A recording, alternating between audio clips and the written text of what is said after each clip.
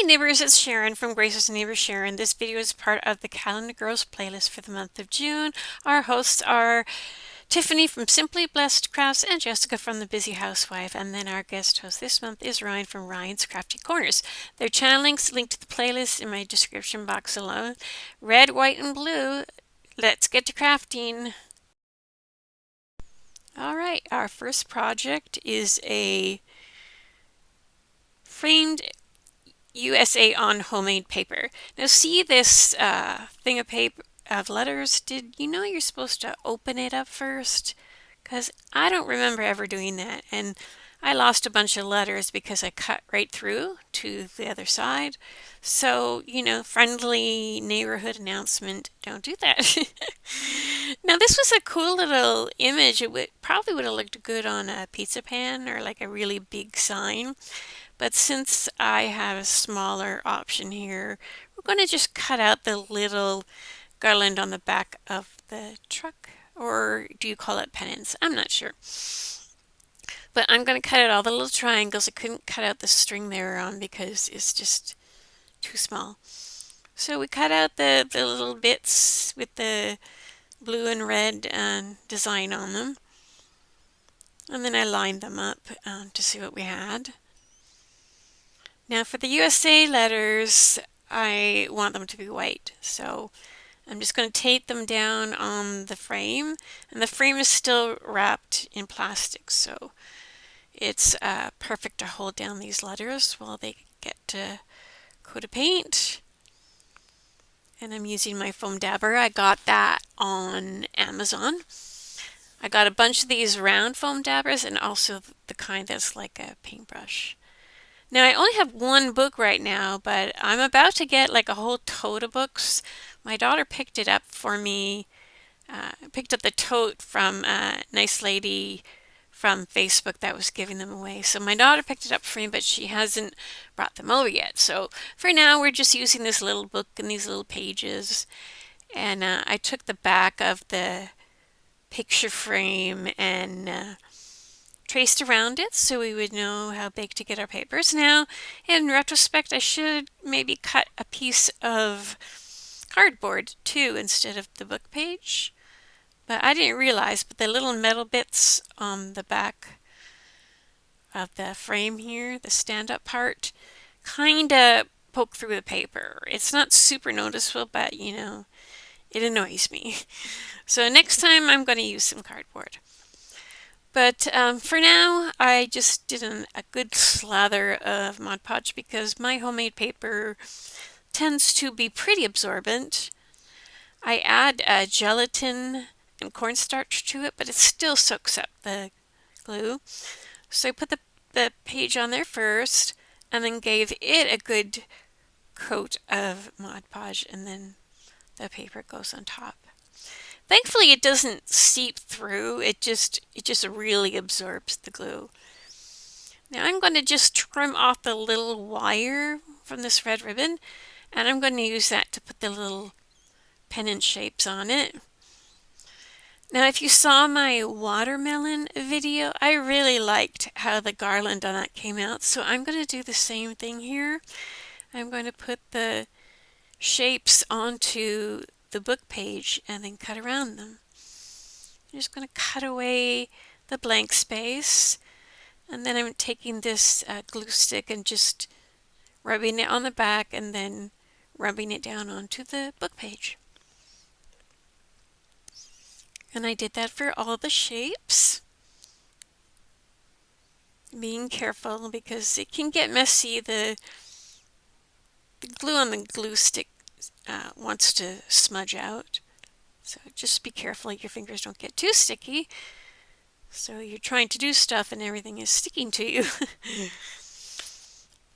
Alright, so we're just going to carefully cut around them, and it also gives a bit more weight to these little flag pennants things here. Makes them a little bit bigger and easier to work with. Now before I do anything else, I want to put a little bit of burnt umber on the frame, and I don't have any baby wipes like I usually use. I'm actually just using a paper towel with a little bit of water And then I just shake the burnt umber into the paper towel and rub it on the frame. And I really like how that came out. So we're going to forge ahead. Now I'm just going to do a dry fit here and see what looks best. It ended up I did too many, so actually, had a couple different options of how to do this. And I tried like a tacky glue and it totally didn't stick like at all. Like it was just like water on the paper. It didn't stick at all. So that's why I'm using the glue stick, or the hot glue I should say. All right, now I bought these punchers, these shape punchers, and they came with some free sparkly paper. And this is not foam or cardstock. This is actually paper, paper thin, but it's sparkled. So I punched out a whole bunch of stars in red, blue, and then silver because they didn't have any white. Now off camera, I went ahead and put those letters USA on. It had to go right on the bottom to give room for the pennants on top. And I'm going to do the red, blue, and white on top there. And then I'm going to play around and figure out a pattern for the sides. I finally like what I put together, and I'm going over everything with some Mod Podge. And I did have to come back again because Mod Podge was super noticeable, but better picks in the final reveal. Okay, project number 2 is a patriotic home sweet home. And I only have 2 projects for you today. I was having issues with the software, my editing software on my laptop, and I didn't want to do the projects and then not be able to put them together. So I started late and I did 2, and that's what I have for you here. This home sweet home paint stencil came from the thrift store. I believe it was the Habitat for Humanity thrift store. And before I got started, I tried to spray paint this pizza pan, but I just didn't have enough paint. So what I did is I rubbed it down with some sandpaper, then cleaned it off with rubbing alcohol, tried to do the spray paint, and now I'm taping it off, and I'm going to paint the middle section white, and that's vintage white paint from Magnolia, and I did get that at the Habitat for Humanity restore. I think I end up doing 2 coats here. I would have liked a smaller section, but the way the stencil is oriented, it just had to be enough room to get all the words on there. And I left a little bit of a bigger space on top for the bow and everything. I took the tape off when it was still tacky, and I like how it turned out. Now, all my chalk paint is drying up, and I was like so bummed about. I really wanted to use it on here, but I couldn't. I actually threw it out. So this is 2 different kinds of acrylic paint. The one that was like not as old had a nice pretty deep dark blue, but it was bordering on purple, so I mixed in some lighter blue, and that's what I'm going to paint the top and bottom sections with.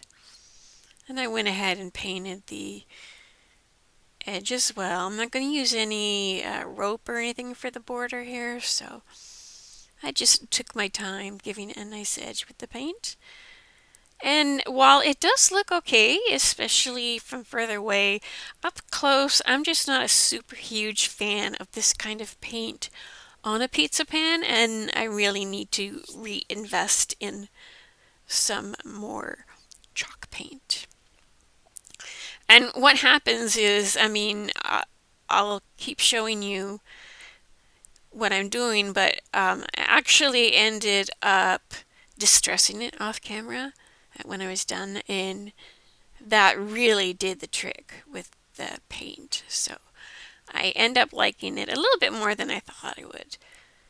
So just taking my time here. I'm using a smaller brush so I can be a little bit more exact on the lines. I didn't want to bother putting down more tape, painter's tape. And I'm going to do the exact same thing on the top and bottom. And again, I actually had a little bit too much paint there, so you can really see the paint strokes.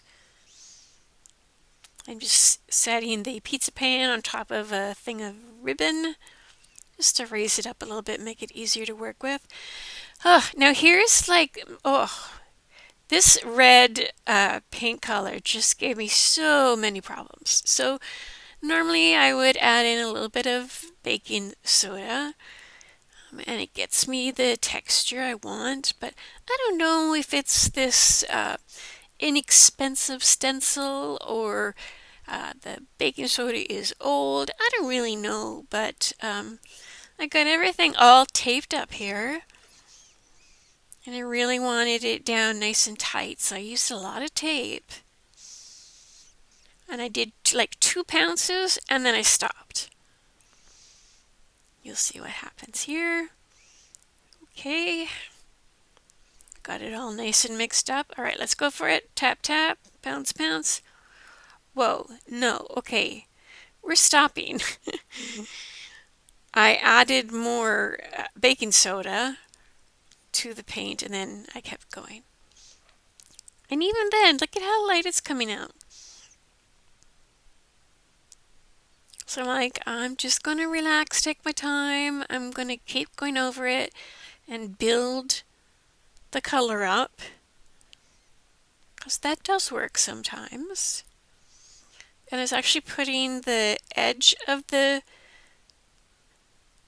foam into the paint and then starting with the edge onto the letters. And then I went over the word sweet again, and I went over it so many times the paint was like building up like crusty. And I was just like so disappointed and like, what am I going to do? So again, when the camera turns off and I distress, I rub some sandpaper across it and it looks much, much better. So I'm sanding the white here, and I wanted to sand the words, but I was patient because I know that's not totally dry and I do not want a pink middle on this. I want it white. So when I sanded it off camera, I would sand it and then just blow the red dust off, and none of it stayed on the white. And you'll see that in the final reveal. So there's these 2 little strips that I'm cutting off of these calendar pages. I ended up just using the strips. Again, even with the size of the pizza pan, I still couldn't get on there what I wanted. So I'm like, well, I needed something to put in the transitions, because it doesn't look so great right now with the blue encroaching on the white there. So I went and put a whole bunch of Mod Podge down, way more than I needed. But I'm just spreading it out. I'm going to need it in the middle anyway, so I just go ahead and drag it down there.